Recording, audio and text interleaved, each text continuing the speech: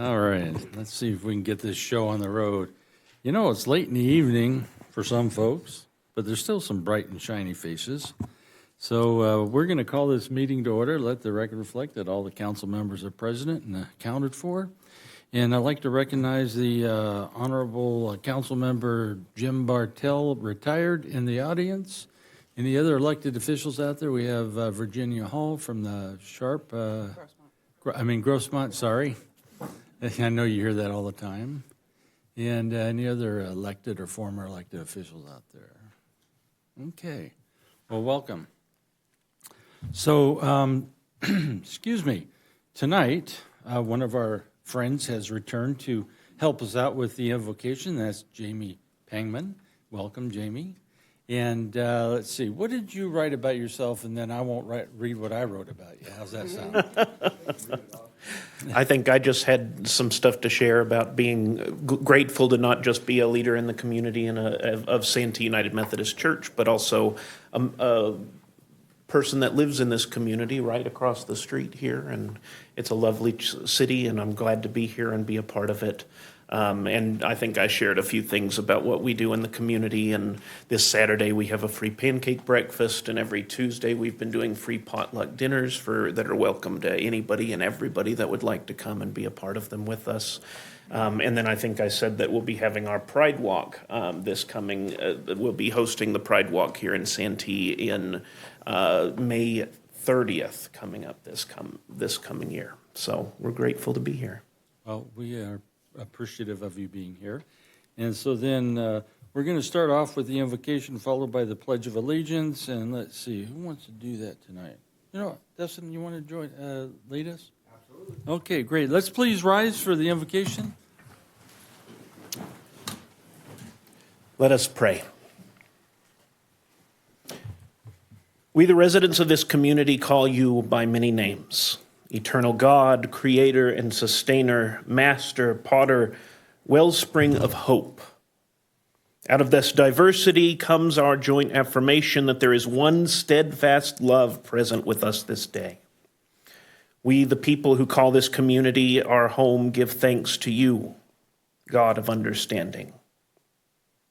We gathered this evening as stewards of the public good, being handed the gift of governance. Ours is a sacred trust shared with people everywhere who serve in so many ways. Sovereign One, we who gather here today join with the citizens on whose behalf these leaders hold offices of trust. We pray for rivers of justice and streams of well-being to characterize their work, move them to lead justly and govern well. May we make choices together that transcend fear and despair. Grant us vision and courage to come together for the sake of a new future, to work for justice, to build bridges and strive together for harmony.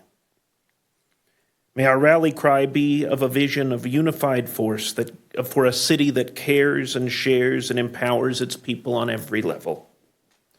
We offer this prayer in the grounding of your purpose, in the confidence of your great love, and held together by a hope that never dies. Amen. Please join me.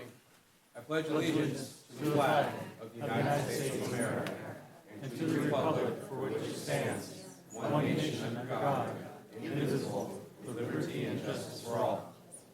Thank you.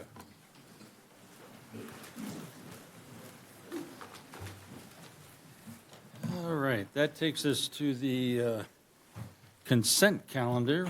Are there any items to be added, deleted, or reordered? Ron? No. Laura? I'd like to remove item 10.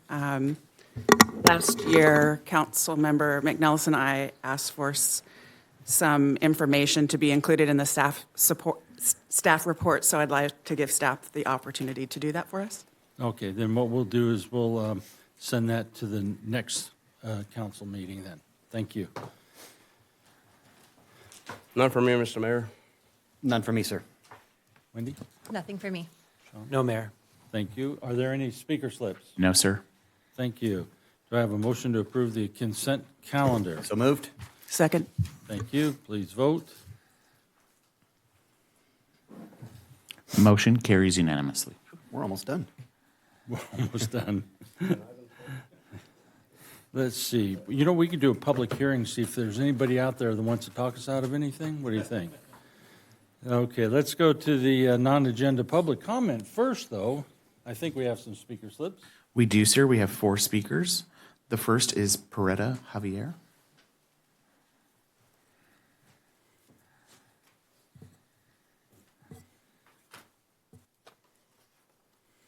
Okay, Sanya. okay. Good evening. Hanggang Yeah, go ahead. ayun. Yeah, good evening. Hello. I am Purita Javier. Good evening. Huh? Greet. Good evening. Hello. I am Purita Javier, victim of toxicity from ceramics manufacturing and kiln located, constructed, and even altered, converted, operated in a residential zone dedicated community in the city of San Diego since 1984. Research and study explains that hazards of ceramics Mesa College, where the owner took his vocational training as ceramics and pottery artists, must have been taught the threat to health and safety in our I'm sorry, in our in I'm sorry. It's all right. Where is it? In pottery, artists must have been taught the threat to health and safety in our investigation with 2 artist members and San Diego Pottery Guild based in Spanish Village, Balboa Park, explain and same hazard to human. In December 2021, Occupational Medicine Review published since COVID-19 pandemic that ceramics artists can be exposed to many hazards, including metals, since lead, fibrogen, such as silica, heat, repetitive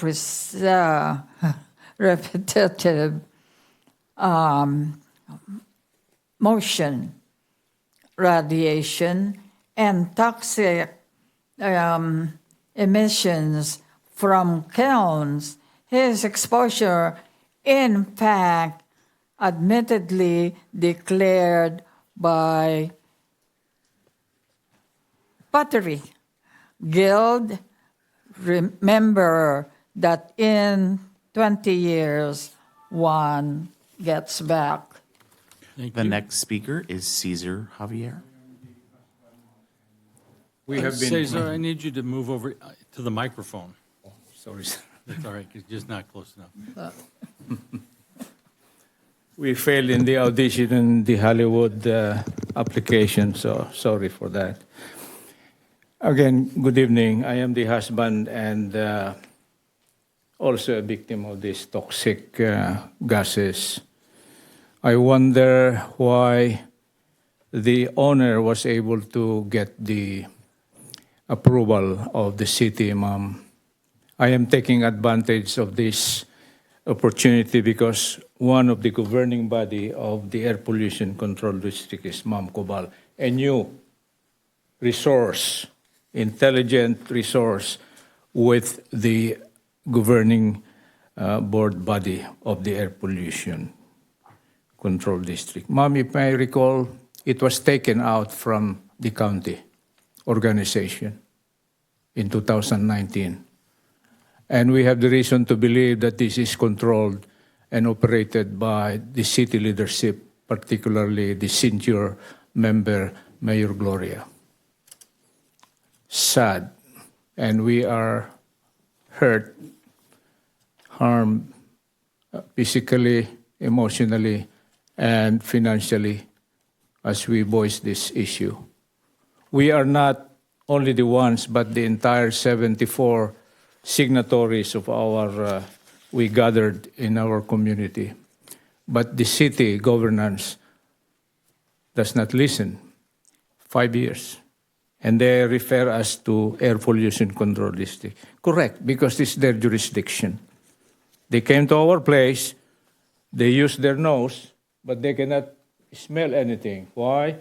Because most of the time when they come in, the operation is stopped. They know when to stop because they know also when you're coming.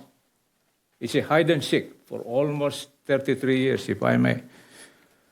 And so we are here to share this lesson that it should not appear here. I mean, happen here. And by the way, Mom, I was shocked and surprised when, this is another topic, when the Sycamore landfill owner, if I might say, talk about that landfill. Mom, lesson learned. We have the Choyas landfill, and it's emitting methane gas up to now. And the residents we talk to say, we cannot do anything about it. Very close to the church, very close to Asian population and Latino, it's a mound there. And the city is keep on repaving and repaving because of the pressure coming from the methane gas.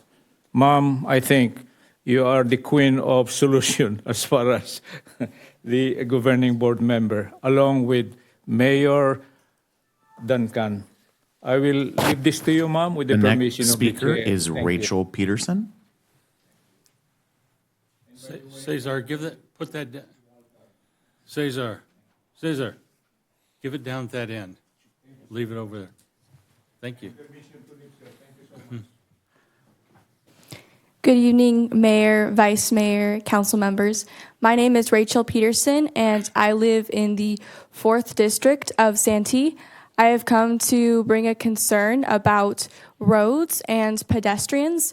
So I live on Dunwoody Road, and on that road there are no sidewalks. Also across from that road is Inverness Road, and there are also no sidewalks. I personally run back on that road of Dunwoody every day, and there are no sidewalks for me to run on. I see children walking on the road very often, and there are no sidewalks. So I have come to request to the council that sidewalks be installed on Dunwoody and Inverness to fix that problem so people can walk safely on the sidewalks. Thank you for your time. Got 2 more minutes. The next speaker is Mary Davis.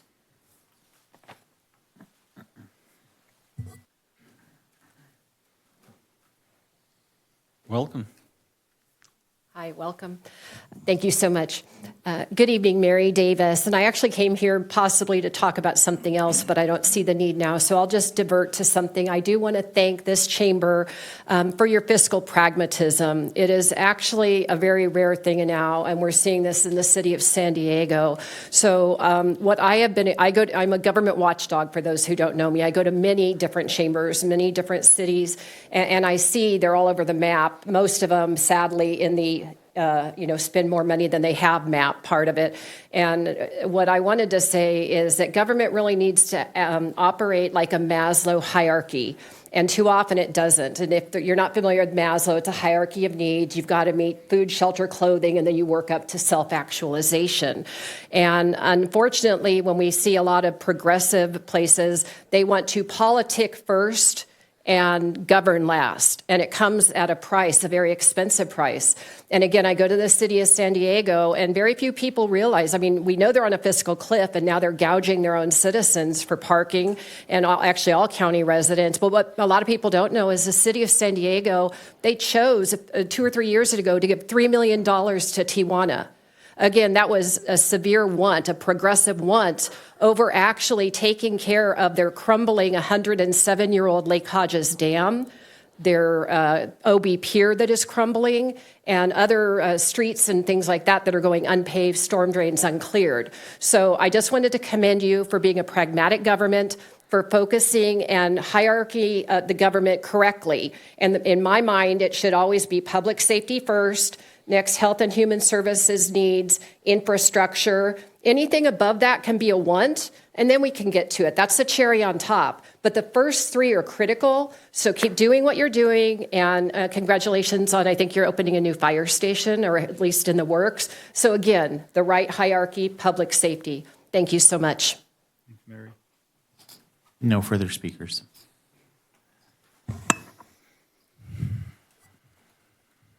Thank you. Give me just a moment.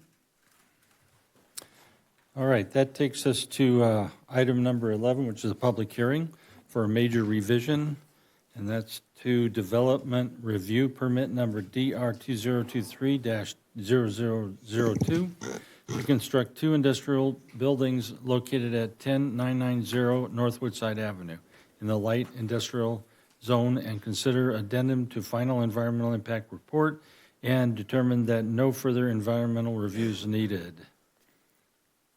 Sandy. Oh, I'm sorry, Mandy. That's okay.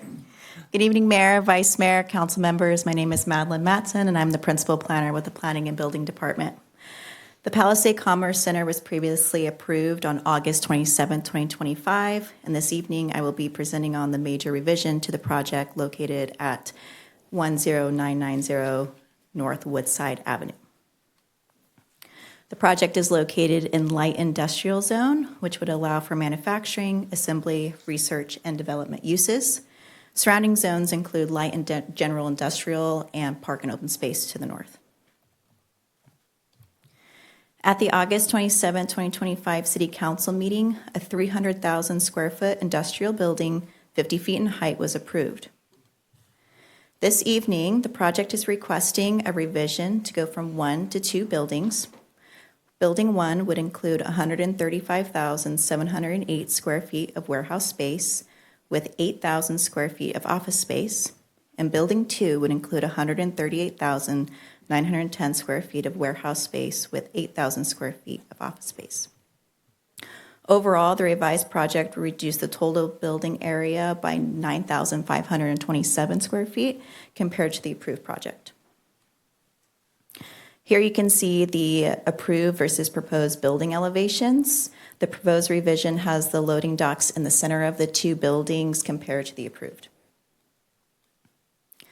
As part of the conditions of approval outlined in the resolution, the following apply related to noise. The project includes construction of a 10-foot high sound wall to help reduce noise impacts to nearby sensitive uses. Outdoor operations are limited between 10 p.m. and 7 a.m. to minimize noise during overnight hours. If the city receives noise complaints alleging violations of the municipal code, the applicant may be required to conduct nighttime noise monitoring up to 3 times per alleged violation to confirm compliance at the source. An addendum has been prepared to the previously certified final environmental impact report, which was approved by City Council. The addendum evaluates minor project modifications related to noise and confirms that these changes do not result in any new significant environmental impacts. Therefore, staff recommends that City Council conduct and close the public hearing, consider the addendum to the previously certified EIR, and determine that no further environmental review is required, and approve the project by adopting the resolutions before you. That concludes staff's presentations. I am available for questions, and the applicant is here as well. Thank you. Speaker slips. The first would be the applicant, who I understand has a PowerPoint if they so choose, and as a public hearing applicant, they would have 15 minutes if they chose to use it all. Welcome. Good to see you. Good evening. Good to see you all again, Mayor Minto and honorable council members. We brought a presentation, but we will not be presenting because I think that was a great presentation by the staff, so thank you. As you recall, my name is Joe Mashurda. I am the founder and managing principal of North Palisade Partners. we're back here today because we heard a lot of commentary from neighbors, from your constituents, and we are long-term investors in this community, and we want to be good stewards here. So we took that feedback and we're coming back to you now to amend our project, and we think that this will be a great change for our project and for the residents nearby. So that's why we're back in front of you today, many months later, and we very much appreciate your support and consideration. Thank you.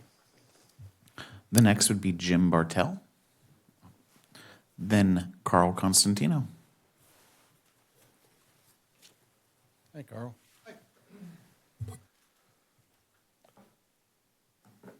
So we just heard what he said, and appreciate that they say that they listened. And I kind of like the fact that they split the buildings into two. They also increased the truck docking bays from 44 to 50. The only way in and out is North Woodside, which is a narrow, 2-lane, poorly paved road, 2 sharp turns at the north, and it's already congested at peak hours. So unless you're going to redo that, they're going to redo that entire road as opposed to just the driveway, as they say in their EIR, that's a problem. Especially now that you want to add an estimated 200 daily truck trips, single and tandem trailer 18-wheelers, to a road that's already congested at peak hours. The only way in from the south is Riverford, and that's already congested because you got semis going into those new buildings in Lakeside. And I can only imagine what it'll be like when they start construction on the roundabouts there. From the south, the trucks have to come down Magnolia. Again, congested at peak hours with unsynchronized traffic signals. This also means they have to come off the 67 or the 52 at Prospect, already a clusterful of an intersection. I know the project's already approved. I'm just up here to voice my extreme disappointment that it seems like the city cares more about property tax income than about the citizens they're supposed to represent. Thanks. Thank you. No further speakers. Council comments or questions? I do. Actually, if the applicant can back up.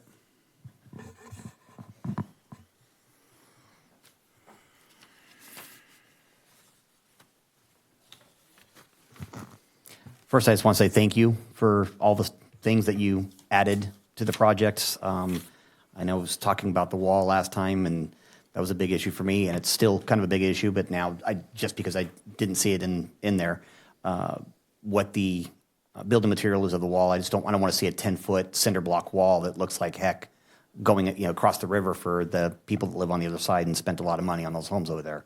So is that wall going to be somewhat decorative in nature? Yeah, I think we agreed in the conditions that it would be some acoustic material that would help reduce the noise impacts. As to the specific aesthetics of it, I can't comment on that right now. Actually, my colleague might I want be to say able there were speak. trees that were supposed to be in front of it, or? You can speak. No, not you. Oh, sorry. I'm joking. Please. This is Will Jacobs, by the way. He's our development manager. Yes, William Jacobs. Councilmember, the wall is right now designed just to be a standard block wall, but between the wall and the homes to the north, there will be an approximately 10 to 15-foot buffer of shrubs and trees that will eventually grow to maturity to screen it. I recall there was something, I just couldn't recall what it was, but even the block wall, wasn't it a textured block wall? It's not just straight cinder block, correct? I don't think we picked a material, but I think we'd certainly be open to doing like a split face block wall. For some texture. That would be great. Thank you. That's it. Other than that, thank you very much for listening and doing all you can. Nothing's going to be perfect. Nothing's going to solve nothing's going to make everyone happy. But I think you guys did a really good job, and I appreciate you coming back. Thank you. You really didn't have to, so thank you. Thank you very much. Do you have something? Hold on just a second. Don't run off. Joe, come on up, stay up. Unless you need exercise. I need the steps, so thank you. I do appreciate it. I'm a little concerned about maybe graffiti getting on those walls and things like that. How are we going to handle that? Yeah, well, you know, as we operate the building, of course, we want to keep graffiti off of all surfaces. So, and we do that across all the buildings that we own and develop. So that's just a normal repair and maintenance that we do on an ongoing basis. We like it done like the next day here. I do like the change. I would have liked to see the back locked off, but to avoid a lot of it. But as Carl said, there's a lot more docks there. But at the same time, it does look like it's an improvement to where it was. So I think the noise will be cut down. So in that sense, I am in agreement with it. But anything we can do to help the people across the water, that would be great. Understood. Thank you. And I just wanted to share that on my time on council, I've never seen an approved project come back and actually be better. As a council, we received several, well, there were community signed letters of support for the design change. So I really do appreciate that. And I'll make a motion to approve the project. I'll second that. Do you have anything? All right. All right, then. Thank you. Thank you very much. I think we're done now. You can sit down. Thank you.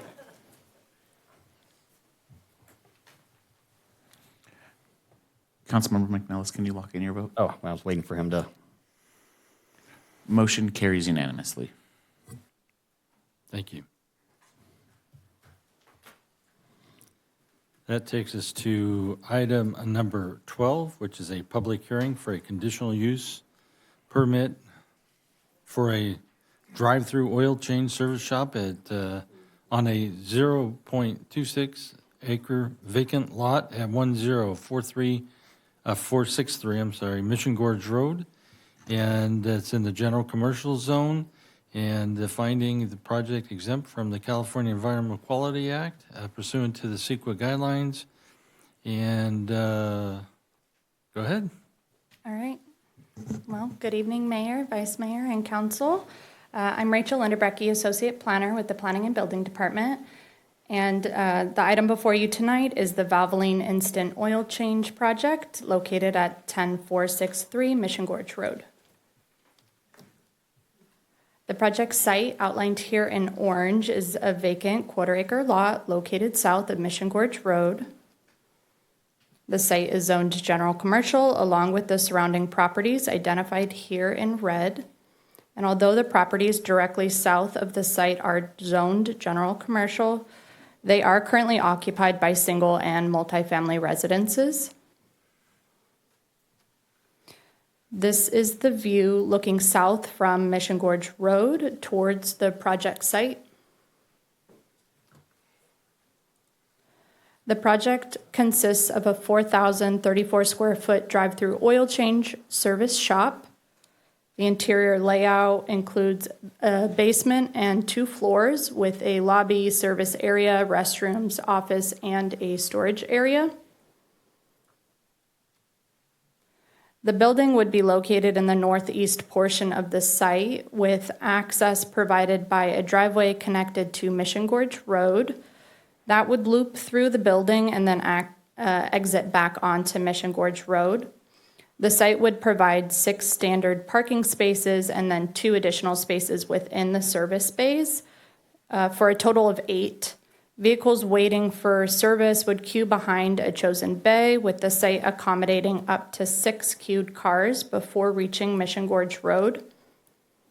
Site perimeter landscaping would be provided, with additional landscaping provided along the project frontage.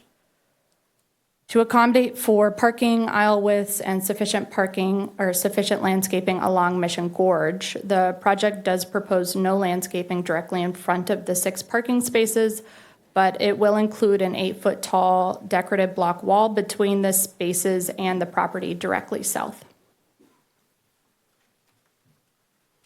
So here we have the building elevations. The building height will be 33 feet at the maximum, And it features a Mediterranean architectural design style, including neutral earth tone colors, stone accents, and a clay tile roof.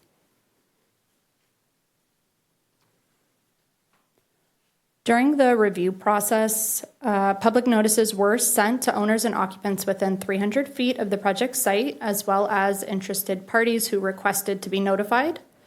We received 2 public comments. One requested confirmation on the project location. Staff provided an aerial with the site highlighted. The other stated concerns for potential contamination and the effect it could have on their property value. The applicant did provide clarification on their internal policies and identified that as designated, they will meet, exceed federal, state, local, and industry standards. These internal procedures do ensure that hazardous substances are handled only in small and controlled quantities. In addition, conditions of approval have been included in the project resolutions requiring a hazardous materials management plan and inventory statement be submitted for review and approval by the city's fire department prior to occupancy. In addition, that the applicant should continue their coordination with the Regional Water Quality Control Board through the site cleanup program and incorporate any recommendations and best management practices prior to construction. Staff has determined the project exempt from the California Environmental Quality Act, or CEQA, pursuant to CEQA Guidelines Section 15303, because the project consists of constructing a commercial building under 10,000 square feet on a lot within an urbanized zone. As discussed, the use will not involve significant amounts of hazardous substances, as the project's internal policies meet or exceed standards and are designed to ensure that hazardous substances are handled only in small and controlled quantities. Through review of the project and project site, it was determined that none of the exceptions to the exemption found in CEQA Guidelines Section 15300.2 apply to the project. Therefore, staff does recommend that the City Council conduct and close the public hearing, find the project exempt, and approve the project by adopting the resolution before you. And this does conclude staff's presentation. Staff is available to answer any questions, and our applicant is available to answer questions as well. Great, thank you. Other speakers? The only speaker slip I have is the applicant, so should they wish to speak, they would have 15 minutes. Okay. You want to speak? Come on down. Mayor, members of the City Council, members of staff, good evening. My name is Nina Ray, and I'm the applicant representing Valvoline. I'd like to thank the staff for working very closely with us. We have reviewed all the conditions of approval, and we are accepting as presented tonight and here to answer any questions if you guys have any. Thank you. Thank you. Ron? I have a few. Just before you start, I also have Walter Jones from Valvoline. In case I need his assistance, he'll come up to help me answer any questions. Mine are always simple, so you don't have to worry about them. I'm concerned about the parking. There's 8 spaces, 6 and 2. I think employees should probably take care of 4 of those. Most of the cars that come in are actually in the service area getting serviced, and based on how many cars we get per hour, we have done other queuing studies for other areas, other Valvolines, and whatever we're presenting here is acceptable, and that's how our operation functions on how many vehicles get serviced at a time. So Are you by appointment only, or are you No. driving? Okay. Yeah, drivers are. Well, that concerns me, because anytime I see under 10 spaces, it always a problem waiting to happen. And the apartment buildings, did you get any feedback? I know you got it from the bail bondsman. Did you get any feedback from the apartment or any? No one had reached out directly with us, but I did get the email from the planner and the hazardous material form that we had submitted on our operation, on how it's maintained, was submitted to the bail bond guy. Okay, getting back to the parking, what is normal for Valvoline? What? Full. Ouch. Councilmember Hall, I could add a little bit. Our traffic engineering staff reviewed, they did queuing studies for us with multiple locations, as the applicant mentioned, and traffic, we were satisfied that there appeared based on the queuing studies of similar locations for incident Valvoline, that they would have sufficient room based on the average number of drive-through folks that they've had, if that gives you any solace. Okay, thank you. Carl? Thank you. Is the queuing included in parking? Since, like the applicant said, nobody really goes to park. Right, exactly. They don't park for service. They queue and wait to get served. I'm They don't familiar go with- park and then go in. Familiar with the concept, but Yeah. to Councilmember Hall's question, staff has designated parking of how many spaces? Yeah. Yeah. Thank you. So there are 6 designated parking spaces on the back, on the southern property line. That And then are there not are in- 2 in the service bays themselves because they are parked and being serviced. But any of the queuing That's what I'm outside of getting that at. So the is queuing not is part not of the parking. exactly. So, Correct. yeah, so there's parking plus the queuing. So that's more than sufficient for exactly what they're trying to do because, yeah, I know the model. It's a drive-through. Nobody parks there. Nobody's hanging out there. They're in their car. They're waiting to get service. It's a drive-through oil change. Yeah, they stay in the vehicles while Yeah. the vehicle's being serviced. So you have 6 parking plus the queuing. Queuing, correct. Thank you. Anything? Go ahead. Motion to approve. Thank you. Second. Thank you. Thank you.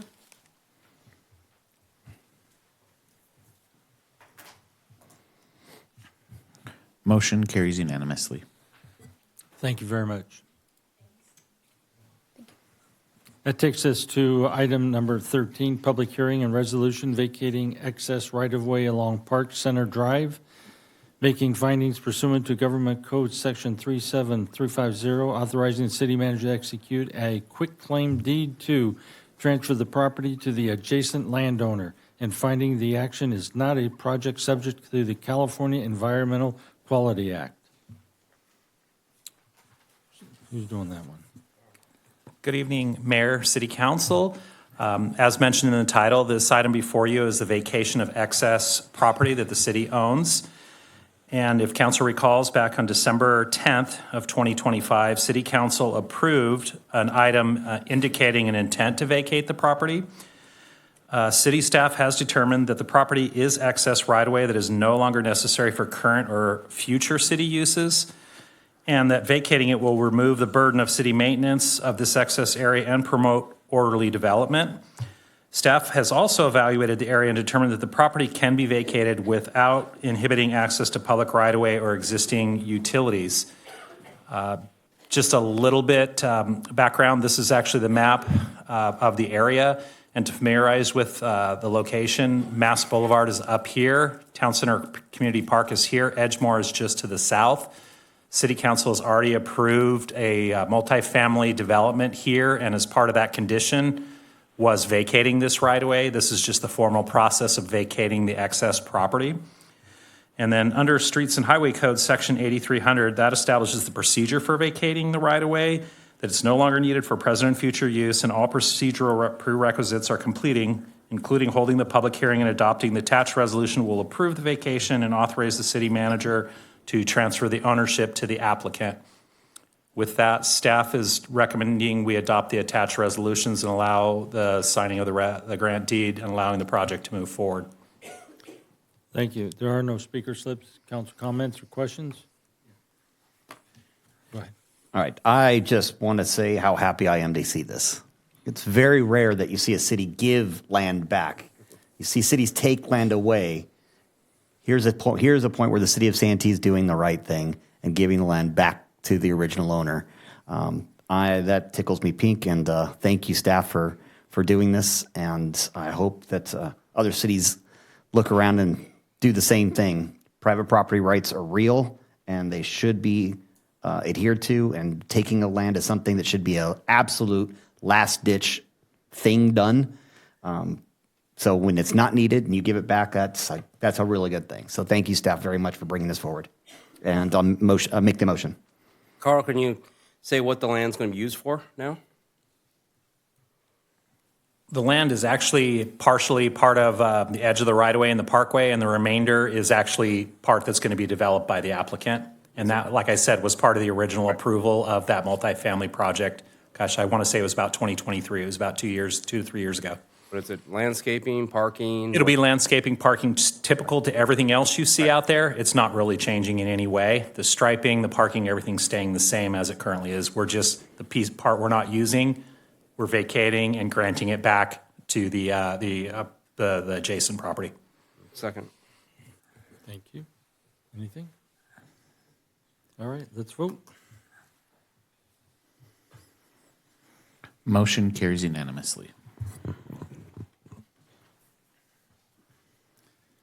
Thank you. That takes us to item number 14, which is continued business. And that is a resolution authorizing the appropriation of initial funds from the general fund reserved to support the start of a planning and program rollout of America's 250th anniversary. Nicholas. James, thank you. Good afternoon, Mayor, Vice Mayor, City Council. That I have before you today is a resolution authorizing the appropriation of initial funds from the general fund reserved to support the start of the planning and program rollout for America's 250th anniversary celebration. On July 4th, 2026 marks the 250th anniversary of the signing of the Declaration of Independence.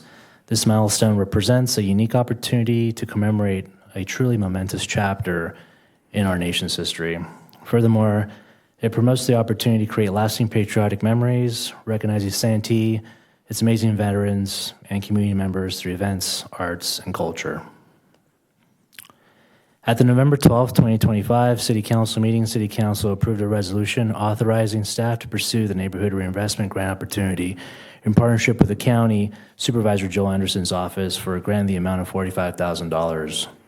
Items listed in the grant included but not limited to patriotic-themed activities at special events, educational outreach opportunities, online historical resources, public art installations, themed activities, themed exhibits, and other community engagement opportunities. While awaiting the grant's determination, we are requesting an allocation of $35,000 to begin work on the projects included in the grant application. All patriotic elements will not exceed $35,000. Funds requested from the general fund are only to be used if the NRP grant is not awarded. In addition to the grant funding, a unique sponsorship package is being marketed towards year-long semi-cinquentennial activities has been created to solicit sponsorships. These funds will be directly offset the request funds from the general fund. The funds will be used to enhance Santee's Santee culture event here in July. It may also include year-long celebratory items such as giveaways, city banners, community murals, artwork, and recognition of active duty and active military veterans. Also, staff intends to work with the Santee Work Group of Arts and Culture on citywide art installations, I apologize. On that note, staff recommendation is to adopt the resolution authorizing the appropriation of $35,000 in initial funds for America's 250th anniversary celebration to fiscal year 25-26 City Manager's operating budget. With that concludes my presentation. Available for any questions. There are no speaker slips. I have Ron Hall up first. Oh, as you can see, I think this has been distributed. We have a package here to try and raise some money, and similar to what we used to do at the chambers and that kind of thing. So basically, we're going to try and get the money back by donations and however, but we need to get started on this because it's running a little late. We have 6 months left, and we have to get it moving. So I'd like to make the motion to approve this, and appreciate it. Go ahead. All right, I'm getting real technical here, but it's this logo. It's driving me a little crazy. City of Santee, America's 250th. City of Santee, America's 250th. City of Santee, what America's, I think it should be Santee honors America's 250th. Santee celebrates America's 250th. Santee salutes. What's that? Santee salutes. Santee salutes America's, absolutely. But Santee America's 250th doesn't flow to me. Am I the only one? Am I a little off on that? It just doesn't seem like it.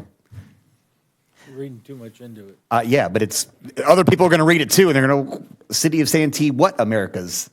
If it's America's, I mean, just doesn't look quite right. But No, yeah, thank you for adding that. one other word in there. South America? Oh, sorry. Thank you. No, thank you for that feedback. It actually does make sense. We'll make proper modifications to make sure it synchronizes with the community. Thank you very much. Yes, sir. I'll second it. Laura, do you have any? Yeah, I'm glad that you all you put together this. I saw the packet, looks great. And, I think I shared like the last council meeting, but I grew up in Lakeside, and at 1976, I was alive and a kid in elementary school, but we definitely celebrated big in Lakeside. And the fact that I still remember it to this day, I want to make sure that the youth that live in Santee, well, really the whole community, remember 50 years from now what the city of Santee did. So I'm glad that we're, sorry, Ron, I won't be either, right, 50 years from now, but unless it's just my head. You never know. But I'm just really glad that you guys have put this together, so thank you for that. You have anything, Destin? No. All right, then, let's vote. Motion carries unanimously. All right, let's get to some fun here, and that will be something that everybody wants to talk about, and that is item number 15, which is a pavement management report and the pavement maintenance workshop. And finding the action is not a project subject to the California Environmental Quality Act. Carl. Good evening, Mayor and City Council. We're here for two things, honestly, and as described here. Normally, we do an annual workshop on our pavement management, but we're also here to present the results of our pavement management report that we conducted for this fiscal year. The last one was conducted back in 2022. So I want to talk a little bit about pavement management and background. Again, it's a process of programming and maintaining a pavement network to provide the maximum value of the funds that we have. It's not always the worst first. I know people think that way, and we'd love to do that, but if we're always trying to repair the worst first, we're never going to be able to maintenance effort. So I just want to make that clear. And it also determines the future infrastructure needs for funding. That includes Transnet, local streets, roads, sales tax, and gas tax RMRA. RMRA is the road maintenance rehabilitation account as part of Senate Bill 1. Santee's first pavement management report was completed in 1998. It's kind of mandated by the federal and state government to track infrastructure and infrastructure needs. The pavement condition is, as we've mentioned before, we talk about it, it's called a PCI, and this report is recommended to be done every 3 to 5 years. The last one was done 4 years ago. The PCI, as it's called, is a measurement of the pavement condition, a 0 being very poor, meaning it needs to be fully replaced, and 100 being brand new, not rehabilitated. That's a street that's day old, 1 day old, it's a 100. So keeping that in mind. A PCI of 70 is kind of the minimum goal you want to get to, and I'll explain that a little bit later with a graph, and that's to get us into a maintenance category. And the price difference is pretty significant if you're not in a maintenance category.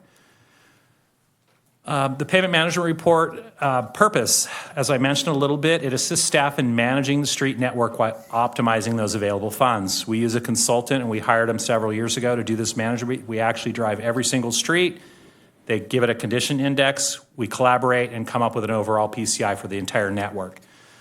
We use that in guiding the programming for the funding with Transnet and RMRA. They have very stringent guidelines with Transnet through SANDAG. We have to do programming of it every year, and we have to program it a year in advance. That gets reported to the state and then also to the federal government. And there's transparency requirements and other things that go with it. The same thing with RMRA.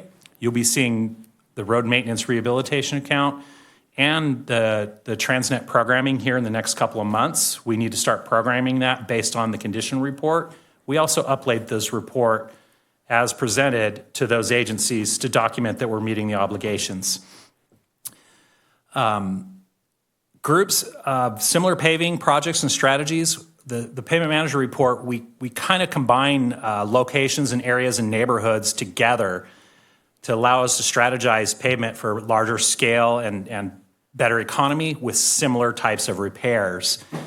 And that's also used for lobbying in the future for dedicated state and federal funds. That's how SB1 and some of those things came about. And that's how Transnet came about, because the region realized we're not doing enough to maintain our infrastructure.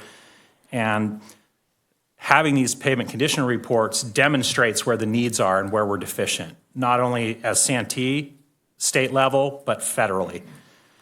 And one of the biggest things that we try to take pride in is it provides coordination with the local utilities and existing development projects. It allows us to notify them in advance with these pavement management reports where we think we're going to be. So if they have projects, they can either advance them or work with us to advance them, or we have at times actually delayed doing some of the work to allow them time to complete them. Because the last thing I want to do is have a council member come to me and say, why are you cutting into a brand new street? That's the last thing we want to do, and the more coordination we can do with these pavement management reports, the better. It gives notice. In fact, we've already given notice to some of the utilities that here's the manager report, here's the zone, start thinking about what you guys have in the future so that you can start planning your work accordingly and get it ahead of us.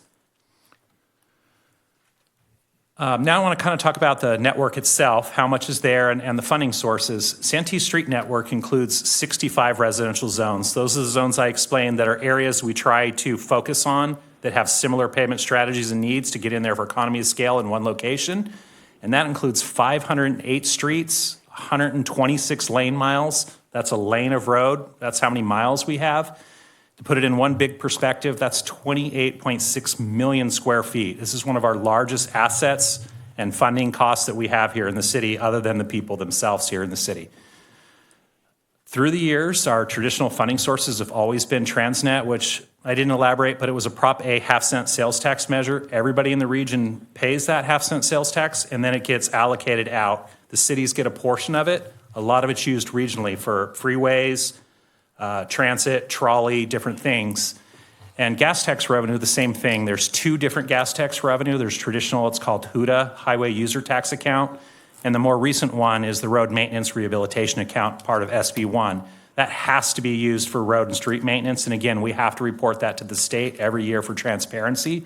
And when we complete the work, we also have to do a report and tell them where we spent it. General funds have been included as additional funding source over the last 4 years. Council was generous after the last payment management report in 2022. Council realized that we're not keeping up and our payment condition was suffering. We've spent a significant amount of time and money trying to bring the streets back up. And I have some good news I'll share in a minute.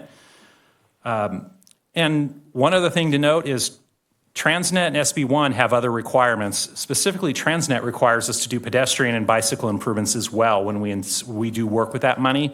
That's why we have to plan it in advance, and it takes us time because we need to go look at those facilities and make sure we accommodate it so we're consistent with the board policies that SANDAG has established for the use of that funds. I'd like to point out too, back in 2010 and 2014, City Council, we entered into debt financing to get an advance of Transnet money. We're still paying back that debt financing right now. That debt financing service is about $810,000 per year, which reduces our annual allotment. Those will grandfather and they'll go away in 2030 and 24. The first one, obviously would be 2030, and the next one in 2034. We'll get that roughly $810,000 today dollars back at that time. But it allowed us at that time, we had very little funding allocated. We needed to get a jump on it, and the decision was made back with the management and the executive team and the council at the time to do that bond financing. Now, some of the good news, the payment management report results. The 2022 payment management report, the city, we had a PCI of 65, less than the optimal 70. The average in the county at that time was a 70. The 22 report estimated at that time, we'd only had 2.87 annually was required to maintain that 65. We didn't even have that much invested at that time. We wouldn't have been able to maintain a 65. And then also an estimated $4.5 million was required to get us to a 70. Over the last 4 years, we came very close to that, and some of the carry forward money that we're using with the upcoming pavement project is the results of some of the carry forwards that the money that allocated by the city council with the general fund. So to put it in perspective, from 2022 to 25, a total of just under $17 million or $4.24 million annually has been spent on street resurfacing projects. That's very significant for a city of our size. Keep it in mind that doesn't include a $1.8 million program for phase 2 of the current year funding that we're going to be coming back to city council with in March with some more recommendation for city council priority streets from prior workshops. The 2026 report identified, good news is the city's PCI has increased to 69. I'd like to think if we'd spent all $1.8 million that's remaining, we probably would have got to a 70. So it's pretty good news that all that additional money that was recommended, we're pretty close on target that money actually made a difference and is getting us to a more acceptable level. The other thing to point out is the rest of the county didn't do the same and invest like Santee did, and the average PCI dropped to a 68 from a 70 in the region. A little bit more about what needs to happen in the future. The 2026 report identified the impacts based on various budgets over the next 5 years. The current allocation we have with Transnet and SB1, we currently don't have any money programmed out of the general fund moving forward into this future years. It's estimated that over 5 years, our PCI would drop back down from a 69 to a 66 if we don't continue to invest in the network. If we had $3.95 million, we could maintain this current 69. If we invested $4.5 million, we could get back to a 70. We also looked a little further. Obviously, we'd like to make it better. We get a lot of complaints from the constituents on the conditions of our roads. We'd love to get to a 75 if we can. We wanted to get a number for it. It's a big number. It's $7.33 million. Not sure if we'll ever get there, but at least we have an idea of what it takes to get us there to some of the other cities in the region. But, you know, staff has some recommendations, and when budget time comes, we'll be looking at opportunities, and we'll be discussing that at future budget meetings. Just a little bit about the Phase 2 project that I mentioned, the $1.8 million. These are the locations we're planning to go forward with, and like I said, these are prior council priority streets that were identified, and it includes the section of Mass Boulevard that we actually delayed because of the AWP project, both sections of Mass. They were significantly impacted by all the AWP work with the reclaimed water and the reuse water through the Joint Power Authority that Padre Dam's a part of. We didn't want to start doing the work and have it get all tore up, so we believe we can get all that done with that $1.8 million, and we're going out to bid here, Toby, in the next week. Next week, also including a section of Cuyamaca all the way from Mission Gorge to River Park Drive and Cottonwood Avenue. We also held off on Cottonwood Avenue with future projects because we had a small business, Popeye's Chicken, right there in the corner. We wanted to wait until all their improvements were done before we did the final paving. And we also rebuilt a bunch of concrete right in front of the fire station now, so we can build the new pavement right back up to that and clean up that area. So I know pictures are important to demonstrate, you know, how it looks, and this may not mean a lot, but I just kind of want you to look at colors. This is the colors from the 2022 report. Obviously on the legend on the far right, blue greens are very good and excellent. Those are PCIs from 60 to 100. And you can see there's a few deficient areas. There's some oranges and yellows, and our goal is to get rid of the oranges and yellows. But again, we don't always do the worst first, because sometimes I may have a light green that I need to spend some extra money on to get it to a green, and it costs me much less to do it now and buys us a lot more time. A red neighborhood is still going to be a red neighborhood now than it is in 5 years, and the cost isn't significantly more today than it is 5 years from now compared to letting it get to a poor condition and having to spend. And I'll show you a little bit more graphic on that here in a minute. So this is the current map. You can see the red's gone and the yellow has been reduced significantly. And this demonstrates, you know, all the efforts that have been done with all the extra funding. A kind of pie chart comparison again to kind of demonstrate the blue, the green. As you can see in 2022, we had blue and green here. It's half the pie chart now, and the reduction of the yellows and the reds and the oranges have reduced, just showing what it really means is the percentage of streets in very good to excellent condition has increased from 41% to 57%. And that is part of the overall PCI increasing from a 65 to a 69. Now I kind of want to talk about, I think we've showed this graph before. This is the time value of payment condition and money. Over here on the left, this is the payment quality. Obviously, we want to be in a 70, which is about in here. Good to very good. And what it shows is the value of money as associated over time. There's a very specific, very quick drop in a short period of time from an increase of $1 spent today may cost us $8 per square foot. And this is dollars per square foot in a very short amount of time. We want to keep our condition up in this zone before it gets down to here. And that's important to know because a 40% drop in quality and 15% of the life, that's significant. We want to avoid and stay out of that zone as much as we can. And that's the whole goal of a payment management report, is to best use those funds using the modeling to keep us there. And hopefully it's demonstrated since the last payment condition report and the money spent, we're not too far off target of getting to those goals. Now let's talk a little bit about current funding. Right now for the 26-27 budget in the capital improvement program, we have Transnet and RMR funding totaling about $2.4 million. That's how much money we have in the bank right now for this next summer's work. The fiscal year 26 estimated street resurfacing costs for the recommended zones of Zone BN is 94, Zone AG and Zone AB a portion of. That's where we're recommending, and that's where the payment management report recommends moving forward. And again, just noting Zone AB, the total cost was about 3. We won't finish all of it because it's such a big zone. But that's kind of the recommendations in the report and where the dollars would fall.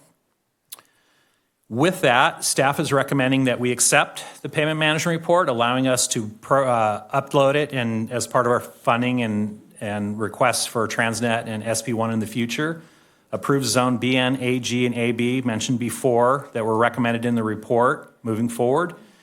And more importantly is provide some direction for the upcoming mid-year budget process for any additional funding to achieve a PCI of 70 or 75. We'll be coming back to the City Council, Heather, the first meeting in February, the second meeting in February? The second meeting in February. And tonight, as the fourth recommendation, is provide direction for any additional streets to be resurfaced with any future general fund appropriations. I would point out we still have prior council priority streets identified. We have not completed, but we're looking tonight for more streets so we can do evaluations and that we can come back to you at the February meeting with some more recommendations based on potential funding. And with that, staff has opened it up to council questions. Thank you. We don't have any speaker slips on this. Anybody want to go first on this? Ron, I noticed that you have some paperwork down there. Well, I did drive the streets the other day, and I think Wendy probably sent you the list already. Yep.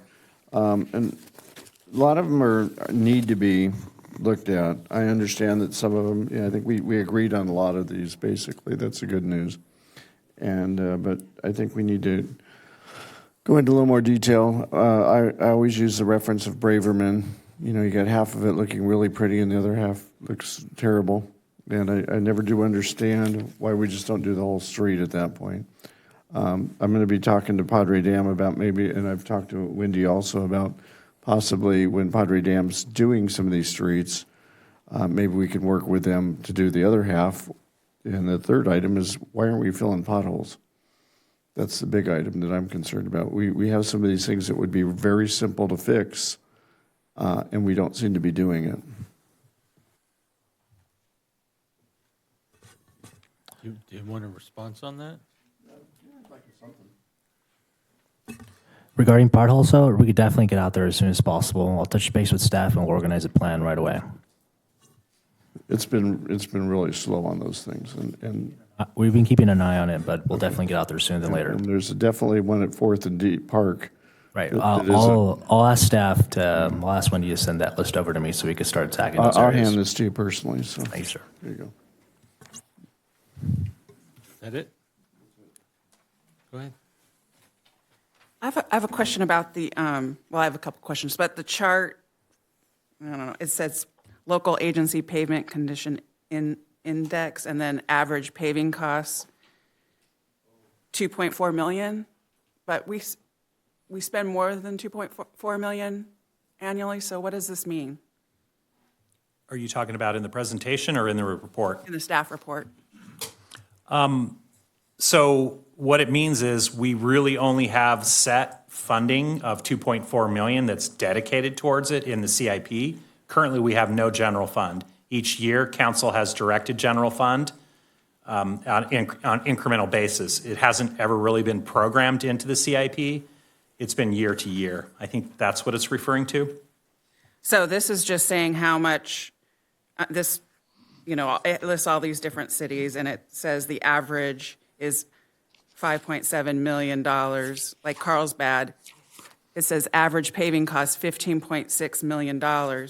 So they're given $15.6 million every year. No, they could be using general fund or combination of other sources. This is just an average paving cost that from their reports of what they were spending. Then our report's not accurate because we have been spending over 2.4 million every year for the last 4 I think years. it's what they program, and we have been, and I think this is just kind of on average what's programmed from a CIP point of view, because we don't kind of look at it as overall a 5-year program. We really only program 2.4 million per year or 2.3. So that's all we have to compare, because what we do is work with our consultant team. We reach out to the other agencies, we pull their data and their documentation and get what they're programming. I don't always know exactly what they spend, and that's kind of the same with us. Because we don't program it in the CIP, it's been programmed through workshops or at budget workshops or at retreats. So it's not technically ongoing, but I do understand what you're saying. Yeah, it just struck me as super odd. Yes. Because I know program versus what we actually spend then are two different things, and there could be variations on every one of these numbers, because if maybe that's how much they spend in Carlsbad every year, which seems like a lot. I don't know. I didn't know what this was. I think it's just trying to compare how much other cities are really spending, just to kind of give you a guideline. It's hard to really compare apples to apples because we all have different conditions and different statuses on our pavement. I think maybe the intent was just, hey, here's where the PCIs were, so we can, because oftentimes council will ask us, how do we compare to other cities? And we wanted to just present as much information as we could gather from available documentation from those agencies. I think the only other caveat I'd give, and I think it's noted on the table, it's reflecting like capital expenses. Some of these cities have operating, and I can speak Correct. to one of them. Some of these have operating departments, budgets that are not included as part of their capital. It's just part of their operating budget. So the one city you'll all know I know a lot about, that's the capital budget. That does not include their streets budget, which also goes to their street maintenance. Yeah, it says average paving costs. I mean, that's what it's labeled as. So that to me doesn't. Maybe it's misrepresenting it. We'll certainly correct that. Okay. And then I received the PCI, the paving report yesterday. So thank you, whoever dropped that off for me. So, but I haven't had a chance to review it in detail, and I do like to do that. The last time we received the packet with all the information,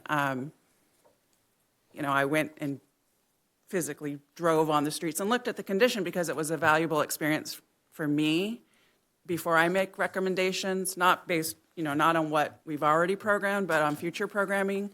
A lot can change in road conditions in 4 years or however long it's been. So I definitely want to look at that before I hand over a list of my recommendations. I can certainly email it to staff if that's what you want, but I'm not prepared to say these are the ones. Yeah, today. and that's fine. I think that's what we've done before. Separate council members at different times have given us lists.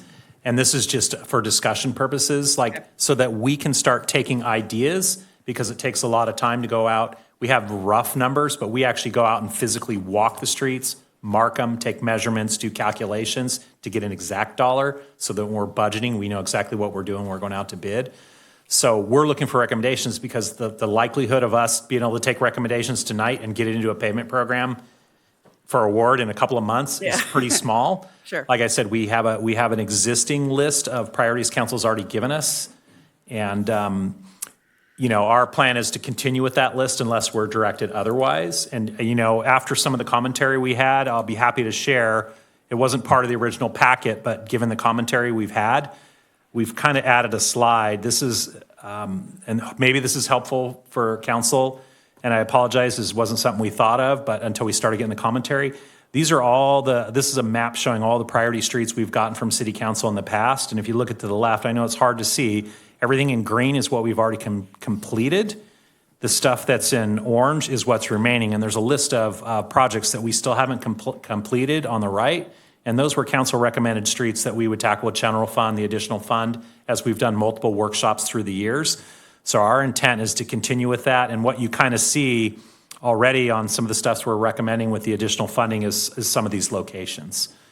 And we do have estimates for this, and our plan is if that's what council would like to do with this direction, when we come back to the budget workshop, we'll have better estimates for the existing list. We just need to update them.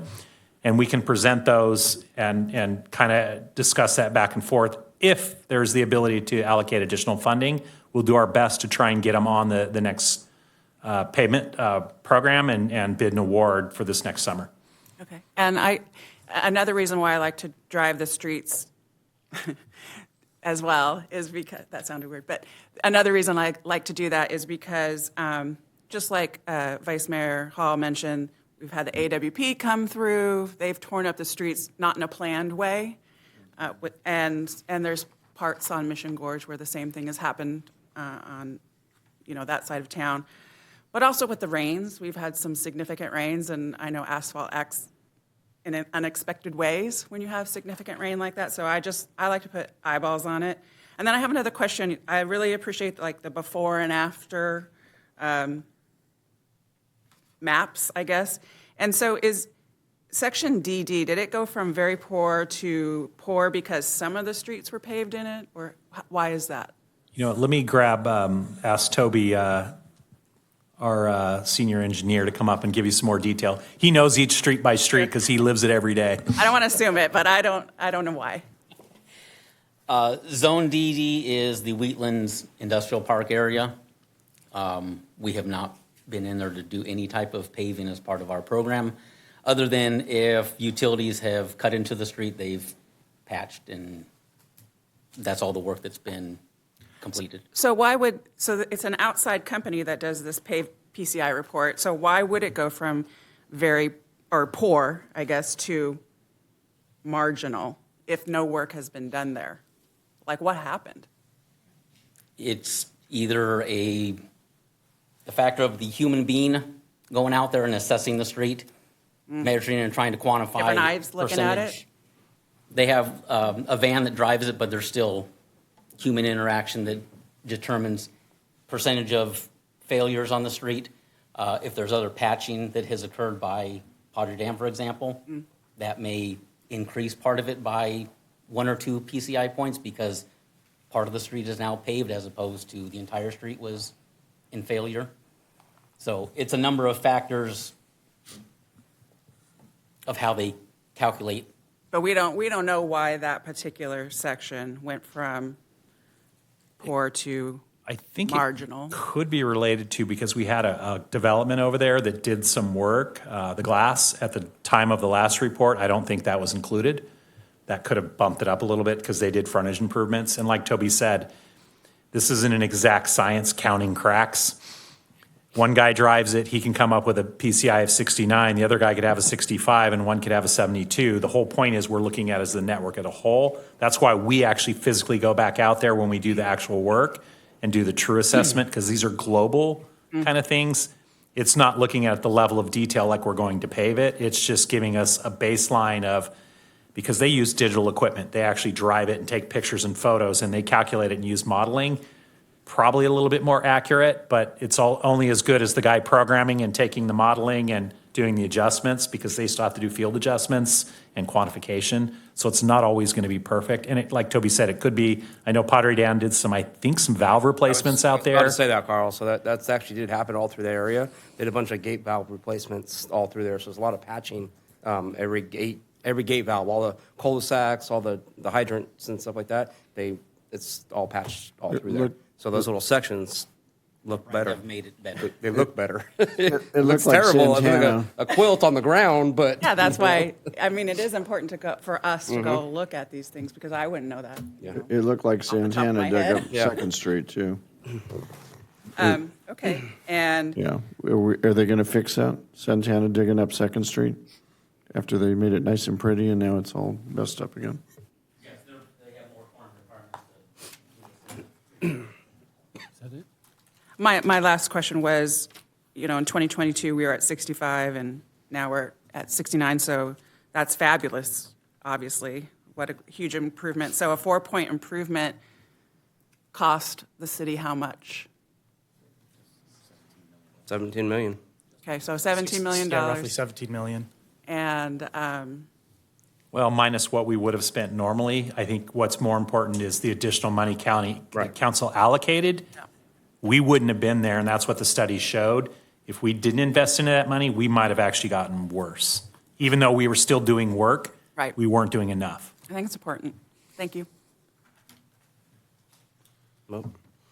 All right, guys, got quite a few things here. So first, I want to thank you guys for all the work you did getting this PCI up to that number. We set a goal, 5 years ago when we talked about all this and really made this a priority here with this council and with the staff giving you guys the extra money. We said 70 was the kind of the goal that we wanted to get to. We'll get back to that going future here in a minute. Toby, I don't know if it's Carl or you. Toby, you just want to come up. It might be easier to get through some of these things faster. If it's specific, I'll definitely rely on Toby. Yeah. He lives it every day. I think we'll do just, not. Just get up here and then we'll just get through this stuff. On the Mass Boulevard section between Finito Parkway and Carlton Hills, is that going curb to curb? Yes. Yes. Okay. So we talked about that. We drove that yesterday, and we weren't sure. Clarification on that. So that's great because obviously that's another bad section of Mass Boulevard there. Can I just, Yeah. Keep going. Go ahead.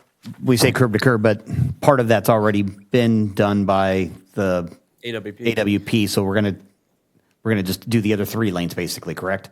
We will patch the other 3 lanes and then slurry seal from gutter to gutter Okay. In the median. and the median. Yeah, and you're already gonna do All work of on our taking out the trees and stuff on the median and, Well, there's none in that section. There's none. okay. Right. All of our resurfacing projects are curb to curb, full width. 99.99% of them are all full width. All right, so that being said, about the money we spent, $4.5 million, 4.55 to get to a PCI. Of my opinion, PCI of 70 needs to be our goal going forward. Of course, we always want to get better, but if we can hit that going forward right now, then I think we have a goal set and go. It gives you guys a plan, right? So we got to put $2 million into the budget here, for next year to get there, and subsequently each year going forward, right, Carl? Is that really? We don't need to go more than 4.5. We're not seeing huge increases in SB1 or RTIP money coming in the future. They just ebb and flow because it's based on sales tax. So we're estimating, and we get projections from them. It's plus or minus a few 100,000 maybe, but it's not going to get us to what the recommendations in the report to keep a 70 are. So obviously, you need to hear from everybody else, but I'm telling you right now, I'd like to see $2 million allocated additional, general fund or where the heck it's coming from. It's going to come to the general fund, but, needs to get there because we need to hit that number going forward. So Toby, that being said, with the priority streets that are on the map here, can you tell me what Zone BI is going to cost to do it? We have an estimate done. I don't have that with me. It's more than $2 million, though. Okay. Do you have any of them with you before I ask the next question? No, I don't. Okay, that's fair. I just, I didn't want to put you on the spot any more than where we are. I can tell you what one we potentially can do for $2 million. Fair enough. Let's start there. One of them would be Northcote Road for sure. From Woodside Avenue to Canyon Park Drive. That one's well within $2 million. All right, so that being said, well, let's go to a new information, which I really actually enjoyed you guys to see in here, is pavement condition by council district, which ironically really doesn't mean a whole lot to us because we care about the city in a whole, not just council districts. But I did find it interesting to see the PCI numbers for here. So we know previous, like in 2022, when you go back to the old color maps and stuff like that, some of the areas were significantly worse. And I actually find it I kind of chuckle when I look at some of these numbers and see, which is the best districts when we know there are neighborhoods and certain streets that are absolutely they're terrible, right? Right. So B1 being one of them. That's why it's on this priority. Councilman Hallman, Vice Mayor mentioned about Braverman. I've gotten several calls from constituents or friends, of that Braverman neighborhood and area and stuff too. There's certain neighborhoods that we know that are still lacking, right? I know we're attacking, was it AG this time? Is that the right one? That's the second one, yes, AG. Yeah, AG, but AC right above it is still yellow, right? So, as we look at these neighborhoods and we look at combining the dollars for, the value of dollars and stuff like that, I saw DD too, looking at, a big swatch of a zone or whatever, but I do recognize it as primarily the Wheatlands, area there. So, but what we didn't mention earlier, and I want to bring it up, I think we kind of neglected to hit that with the Palisades project. Isn't part of their project that they're giving $1 million roughly to pave Woodside? No, it's under $500,000. It's $500,000, okay. 480. Well, And again, just something. to clarify, we worked very closely with them. Right. We only hit them for their proportional impact for the trucking. Correct. Because this, as you know, the streets already failed. We couldn't require them to fix a street that's repaired, only fix what their equitable impact was, and they agreed to that, and that's in their conditions of approval. Right. I don't want to quote exactly, but I think it was about 480,000. But is that all of Woodside? From there down to the stop sign, or? In Zone DD? Yes. In Zone DD, North Woodside Avenue is from 67 off-ramp all the way to... Understood, but I'm talking about the Palisades improvements. It's about halfway. Small It's from their site, with the movie theater site currently, down to the stop sign? It's about halfway. Yeah, there, okay. We would use that money for that, but we're certainly going to have to supplement with additional funding. 480 isn't going to Still not going to get there. It's, Okay. I think at the time, we have to look at it, and don't quote me on this, but I think at the time it was done over a year and a half ago, we were in the neighborhood of $2 million. Okay, so it's a quarter of what is actually needed for the total? Yes. Okay, that's good there. You have a priority list right now. I'm sure there can be a few more added here and there, but I think the priority list, it still is what was already given. We need to continue, there could be a change. Obviously, we drive streets or see something differently, but I think giving you guys direction, for me, let's get the additional $2 million into the budget, continue on with the priority streets, and then, Toby, can you please tell everybody what is the next programming cycle look like? What zones or streets would that come up in your next cycle? Because you have a guided document here, right?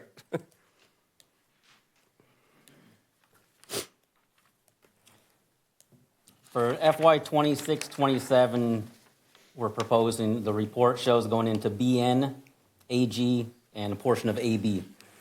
In FY 27, 28, Okay. if our annual paving budget is still 2.4 million, the remaining zone of AB is 2.7. So we'd still be in zone AB, potentially one zone next year because of the cost of the entire zone. Okay. That's kind of what I'm looking for and asking. It's like we got this year already programmed. Next year we're looking at only doing one neighborhood next year, basically. Correct. Is what we're talking about without obviously the additional allocation. And the additional allocation obviously can go to the priorities or anything else, and get the proper estimates for, right? Yes, Zone AB is one of our larger zones that has... Yeah, they're long streets. I mean, Rumson, obviously we did Pebble Beach already, but they're just long streets. Correct. There.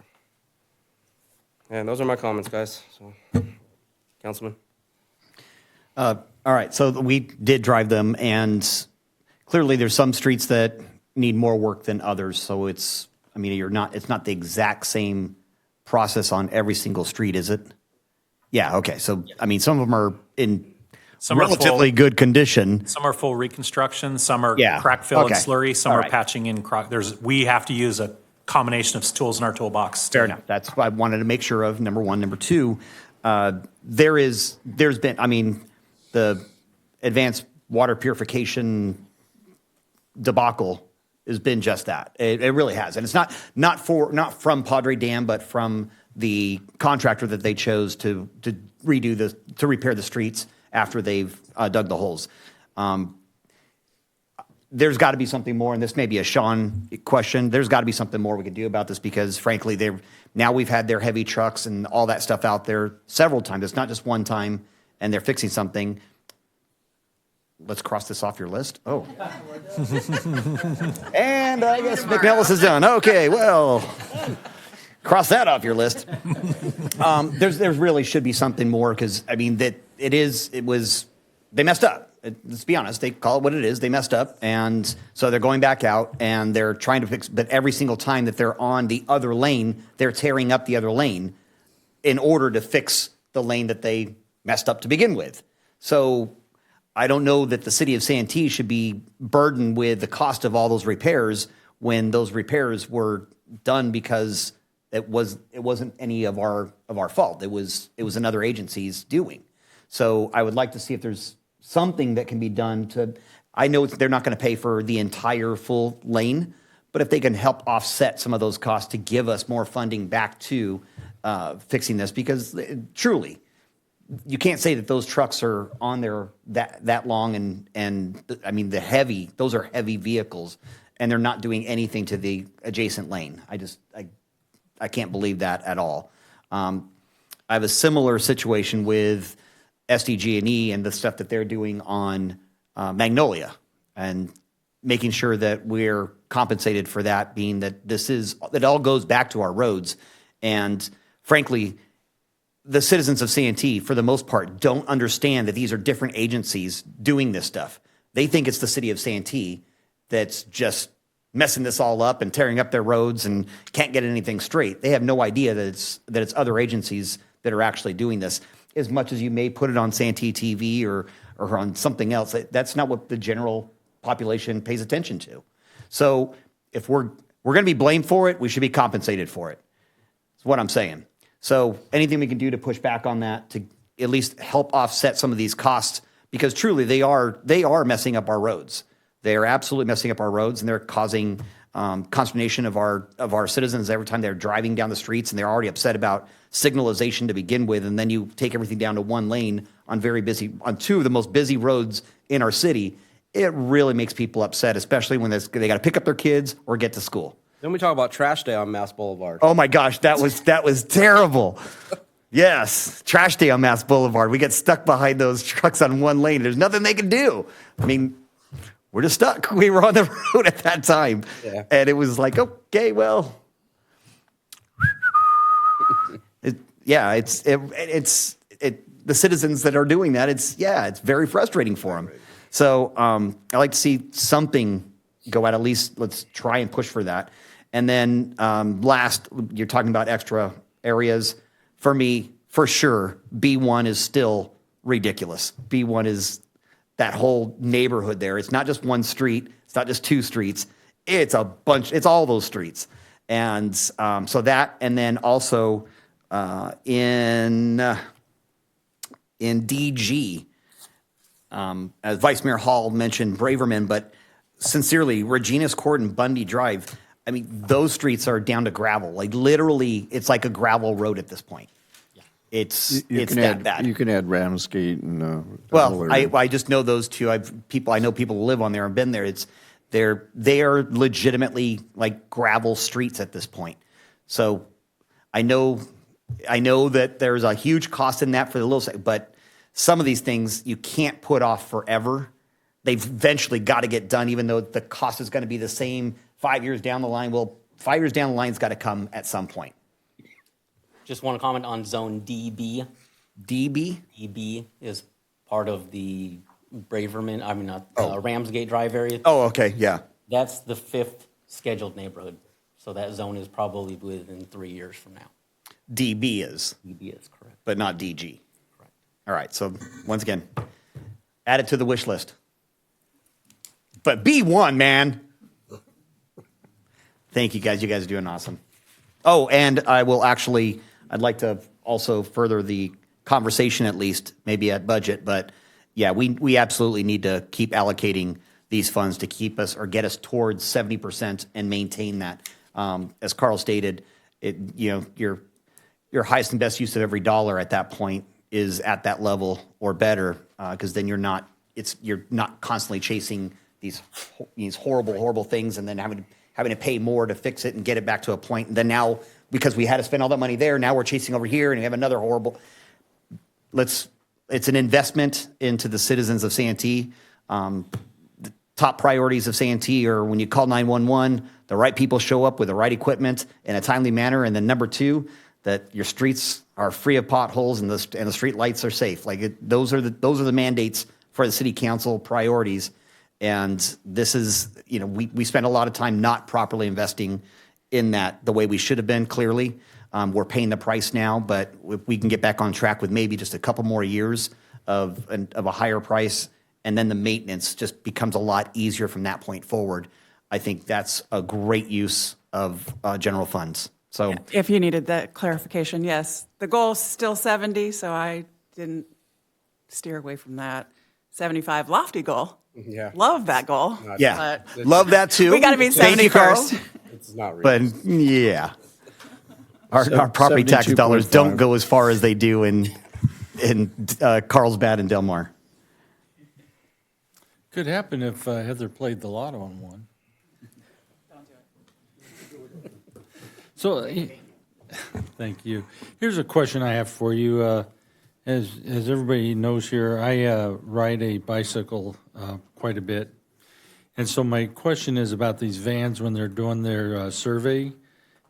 How close to the curb do they get? And do they have any kind of condition report for how bad the bicycle lanes might be? When they do the survey, they take a picture and assess from gutter to gutter.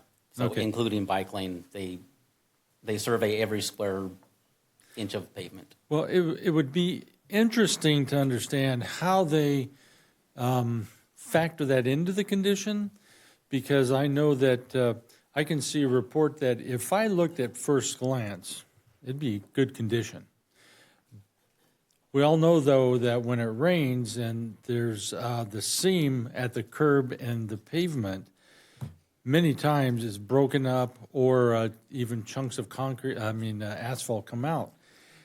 And so I think that can be easily missed if you take first glance at the roadway. And if you look closer to the bicycle lanes, you'll find that they're not as safe as the roadway is.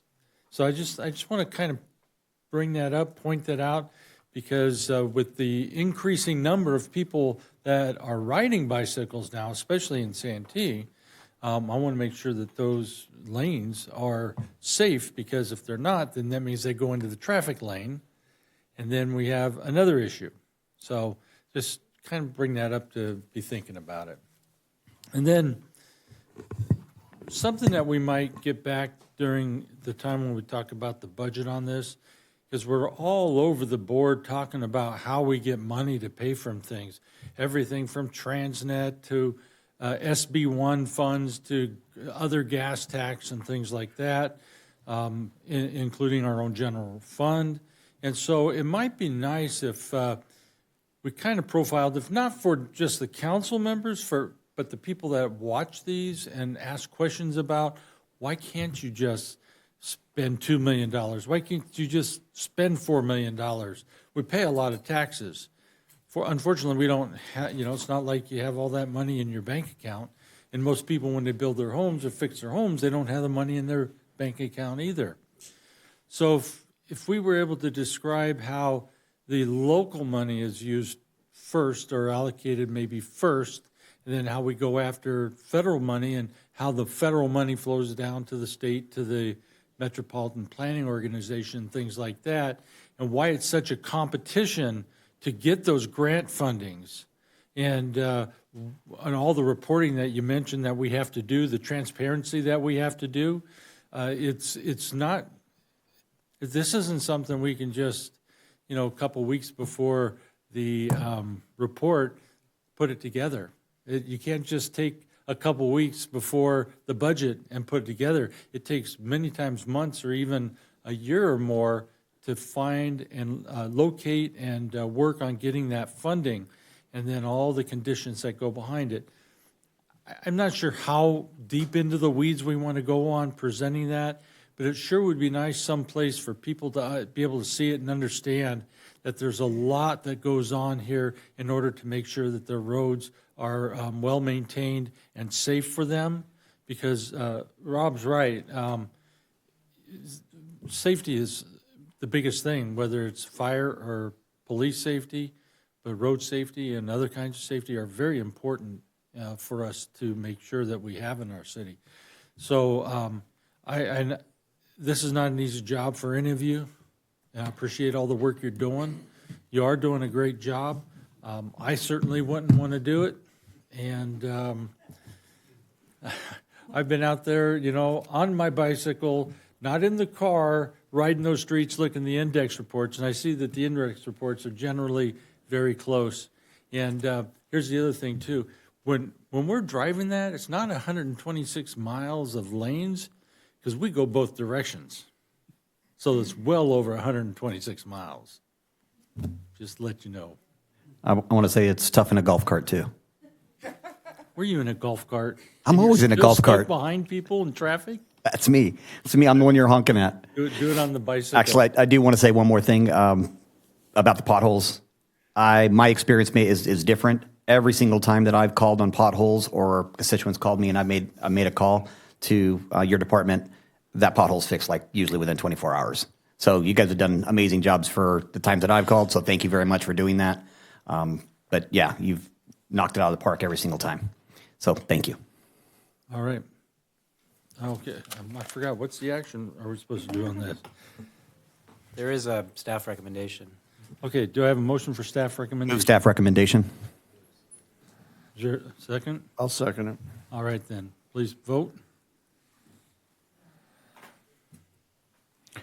Motion carries unanimously.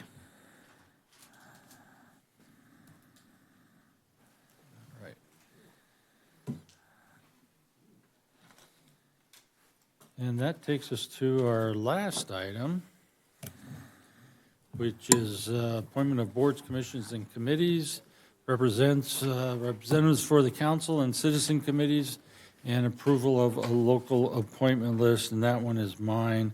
And as you scroll through the list, you'll see there's not a lot of changes, and that's because we have a 2027 termination date on many of the appointments. And so unless you want me to do it differently, I will just highlight the changes that I'm recommending for this year. Does that work? Okay. Do we have any speaker slips? No, sir. Okay. All right, so let's go to the first one, which is the San Diego River Conservancy Board. And the change on that is I'm looking to take over as the primary and Councilmember Koval as the alternate. And then... Actually, can I ask a question on that? Sure. What's the reasoning?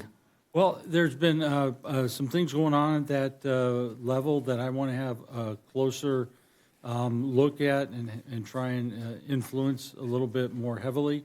And a lot of it has to do with the monies and things we've been looking for with the all of our fire stuff.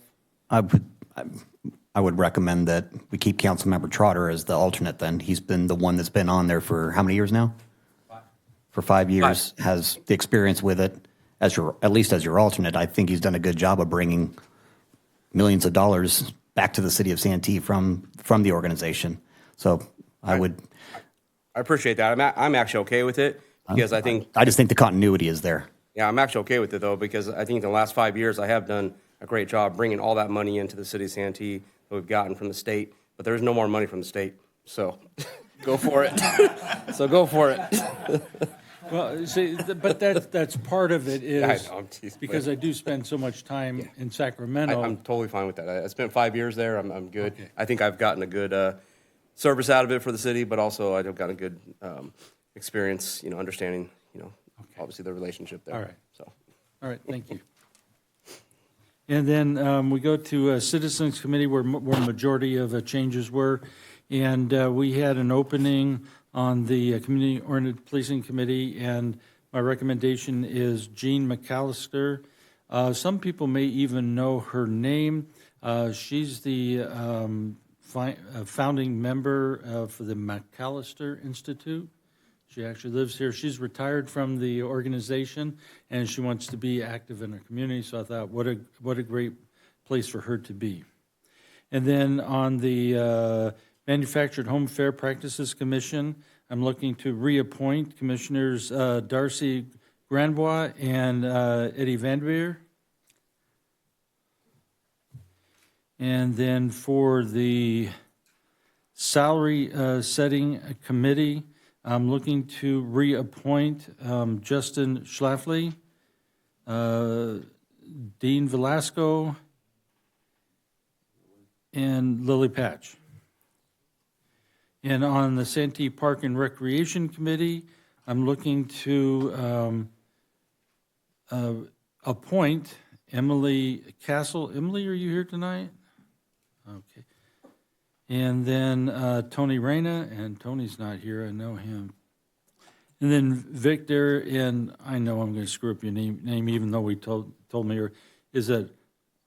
Victor Harani. Harani, okay, great, thank you. And Victor's here. I was thinking the same thing.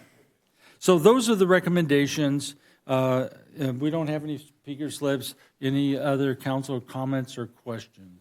So moved. All right, is there a second? I'll second it. All right, please vote.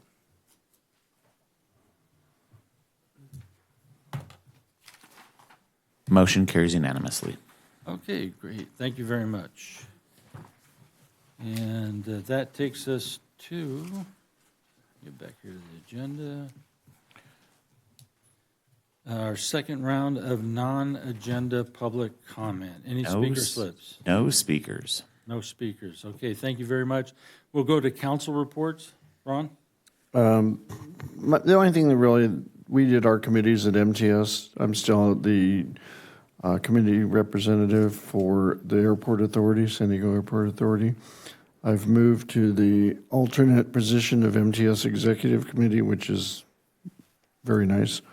I'm still on the Public Safety Committee, and I'm still on the backup to Sandag. So if both of you guys can't make it, and they can't make it, I'll be both of them when I get there.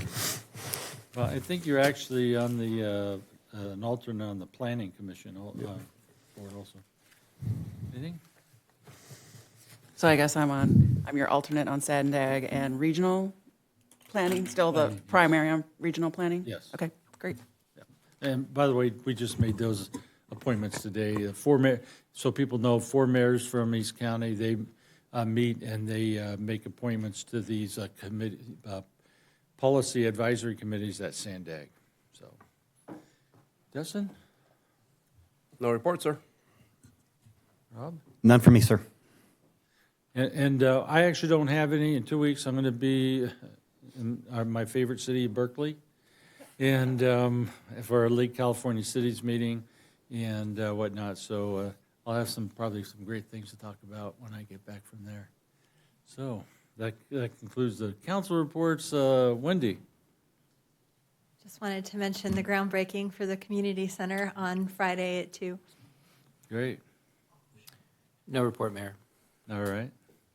All right, then that will take us to closed session, conference with real property negotiators.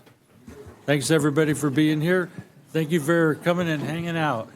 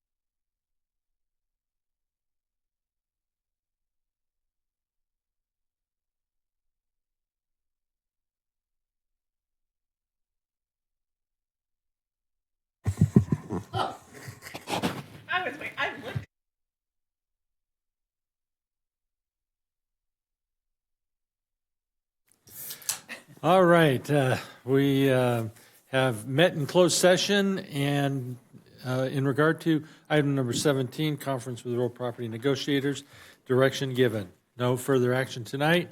Meeting is adjourned. Excuse me.